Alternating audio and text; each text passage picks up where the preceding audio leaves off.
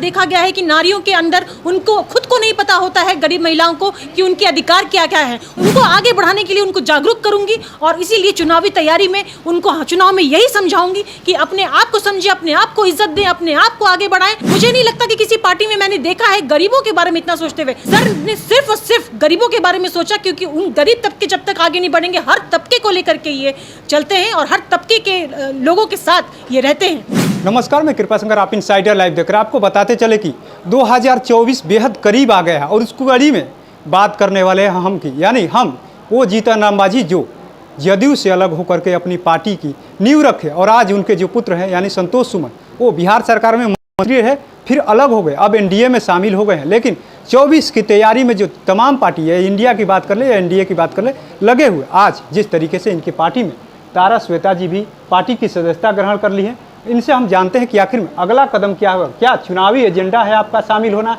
या समाज को जिस बात की हम लेकर के आगे चल रहा है कि आखिर में हम लोगों को जोड़ेगा।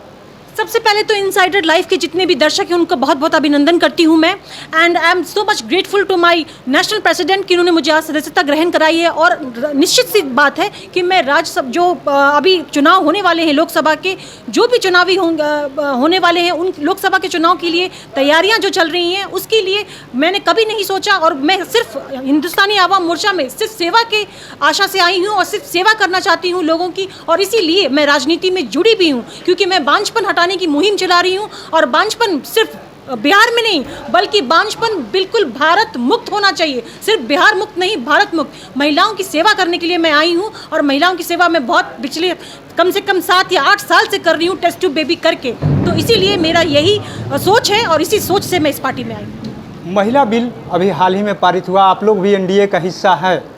महिलाओं को किस प्रकार अपने रणनीति से समझाएंगे कि महिला के लिए हमारी सरकार यानी एनडीए गवर्नमेंट काम कर रही है, आगे चल करके महिला को चुनाव में किस तरीके से आप समझाएंगे? चुनाव में महिलाओं को सबसे पहले तो उनको ये बताऊंगी कि आपका रोल क्या है, आपके राइट्स क्या हैं। आपको पता होनी चाहिए कि आपके अपने राइट्स और अपने अधिकार क्या क्या होते हैं, क्योंकि अक्सर आप देखा गया है कि नारियों के अंदर उनको खुद को नहीं पता होता है, गरीब महिलाओं को, कि उनके अधिकार क्या क्या है। उनके अधिकार उनको जब तक बताया नहीं जाएगा तब तक वो अपने अधिकार को समझेंगी नहीं और आगे नहीं बढ़ पाएंगी। तो उनको आगे बढ़ाने के लिए उनको जागरूक करूंगी और इसीलिए चुनावी तैयारी में उनको चुनाव में यही समझाऊंगी कि अपने आप को समझे, अपने आप को इज्जत दें, अपने आप को आगे बढ़ाएं और किचन से बाहर निकल करके भी एक दुनिया है, उसमें भी अपनी दुनिया को देखें और अपना वोट हमेशा अपने वोट के वैल्यू को समझें। इन सारी चीज़ों को मैं नारियों को समझाऊंगी ताकि वो अपने लिए जागरूक हो सके। युवाओं की बात आजकल खूब हो रही है, चाहे मुकेश सहनी की बात कर ले या चिराग पासवान की बात कर ले या संतोष सुमन की बात कर ले, क्योंकि जीतन राम मांझी ने उसी कड़ी में अपने अध्यक्ष पद को एक तरीके से अपने पुत्र यानी संतोष सुमन को आगे बढ़ाया है कि ये युवाओं को जोड़ेंगे, बिहार को आगे बढ़ाएंगे, देश को आगे बढ़ाएंगे। आप लोग किस तरीके से उनको आगे बढ़ाने का काम करिएगा?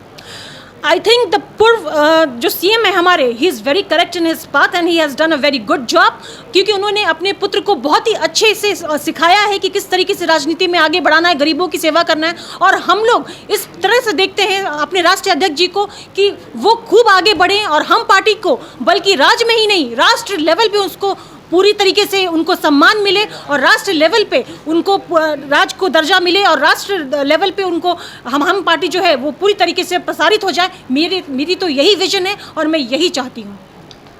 24 तो नज़दीक है, लेकिन 25 की भी अभी से सुगबुगाहट हो रही है। तो क्या आने वाले समय में 25 को लेकर के भी अपना चेहरा यानी अपने अध्यक्ष का चेहरा पूरे बिहार के लोगों को बताने का काम करिएगा?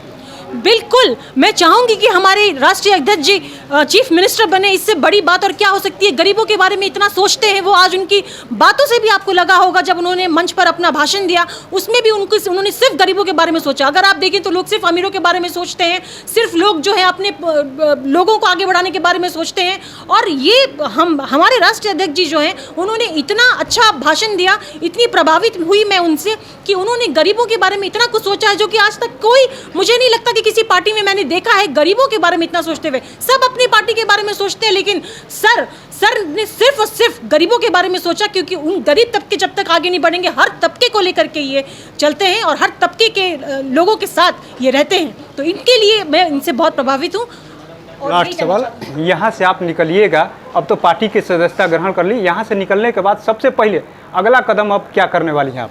सबसे पहले जो मैं हनुमान जी के दर्शन करूंगी, उनको प्रणाम करूंगी, मंदिर में नमस्कार करूंगी और मैं राष्ट्रीय अध्यक्ष जी की बहुत बहुत उनको भी मैं नमस्कार करती हूं कि उन्होंने मुझे ये किया। पूर्व सीएम जीतन राम मांझी जी की भी मैं बहुत बहुत धन्यवाद करती हूं और इसके बाद निकलने के बाद लोगों को इस पार्टी से जोड़ने का काम करूंगी। चलिए, तो ये थे तारा श्वेता। इन्होंने साफ साफ कह दिया कि अब जिस तरीके से हमारे राष्ट्रीय अध्यक्ष यानी जो काम कर रहे हैं बिहार के लोगों के लिए, देश के लोगों के लिए, उन कड़ी में हम यहाँ से अब निकलेंगे और सीधे जनता के बीच में जाएंगे और जनता से अपनी विचारधारा के बारे में बताएंगे कि देखिए हमारे राष्ट्रीय अध्यक्ष जो है जनता की किस प्रकार सेवा कर रहे हैं और आने वाले समय में आप लोग भी इनसे जुड़िए। तो ऐसे ही तमाम अपडेट से जुड़े रहने के लिए इनसाइडर लाइव देखते रहें।